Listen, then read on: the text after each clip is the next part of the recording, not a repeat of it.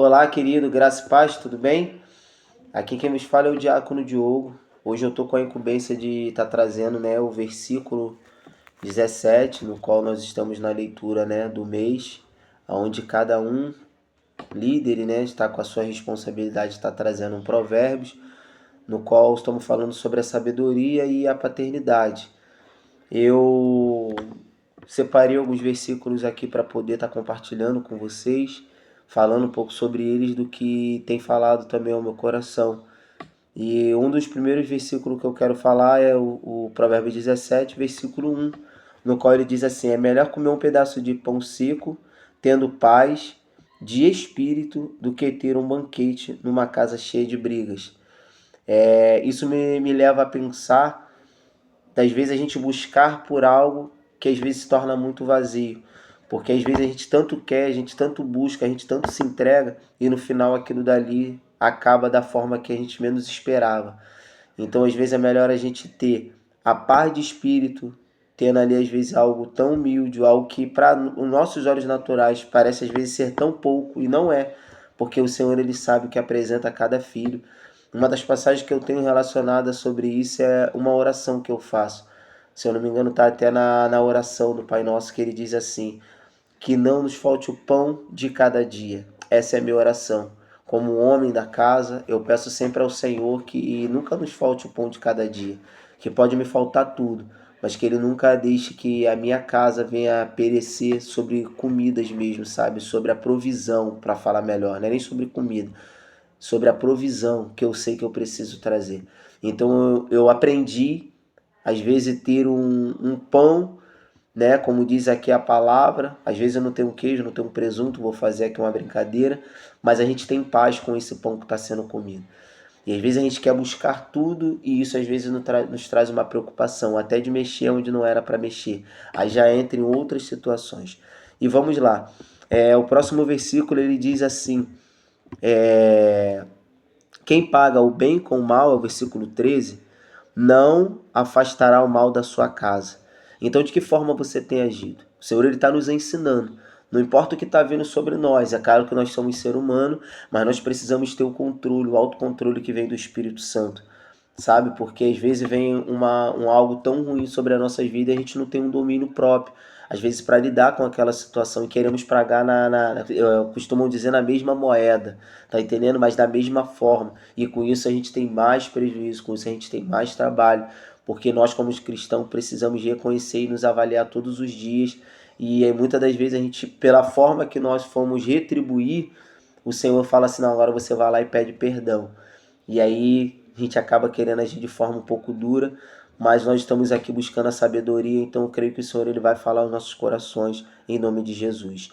Outro versículo aqui que falou muito comigo foi o versículo 17, que ele diz assim: um amigo ama sempre e na desgraça ele se torna um irmão. E eu queria te perguntar, que amigo você tem sido para esse tempo?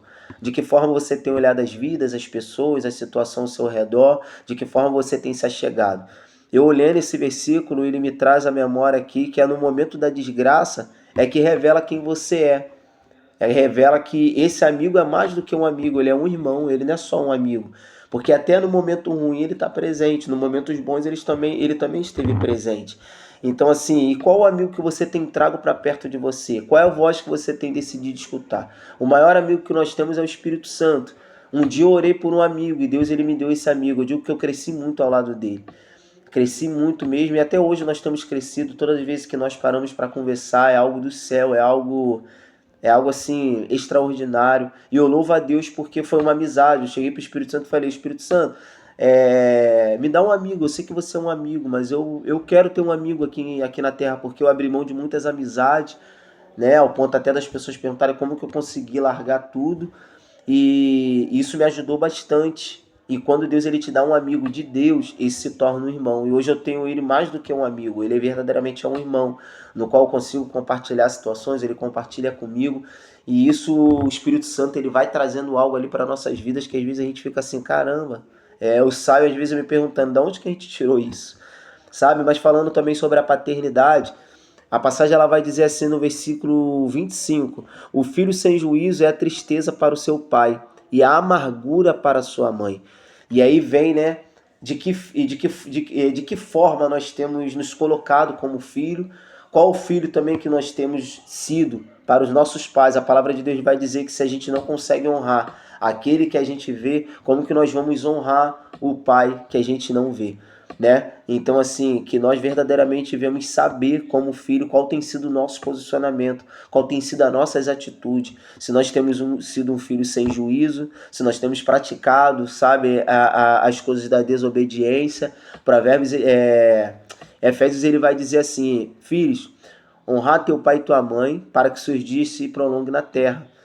Entendeu? Então, assim, se você verdadeiramente quer ter uma vida bem-sucedida, eu converso com meus filhos direto. Se você quer ser uma pessoa verdadeiramente, sabe, que venha ter honra na tua vida, honra teu pai e a tua mãe. Não despreza isso não, porque esse é o primeiro mandamento com promessa. Deus, ele não falou assim, você quer? Não, ele falou assim, é um mandamento, eu estou mandando. Então, assim, eu creio que esse filho, ele não é um filho sem juízo. Ele não vai trazer essa tristeza e essa amargura. E a pior coisa é que tem uma casa onde só tem tristeza e amargura. Em nome de Jesus, tá? Então, assim, eu quero deixar esses versículos, que foi o que me chamou muita atenção, falou muito comigo, no qual nós tratamos aqui sobre um relacionamento numa casa, falando sobre alimento, falamos sobre não pagar com a mesma moeda, falamos também sobre que amigo nós temos sido, e agora nós finalizamos qual filho nós temos sido. Então, assim, que nós devemos ser um exemplo de filho, um exemplo de homem.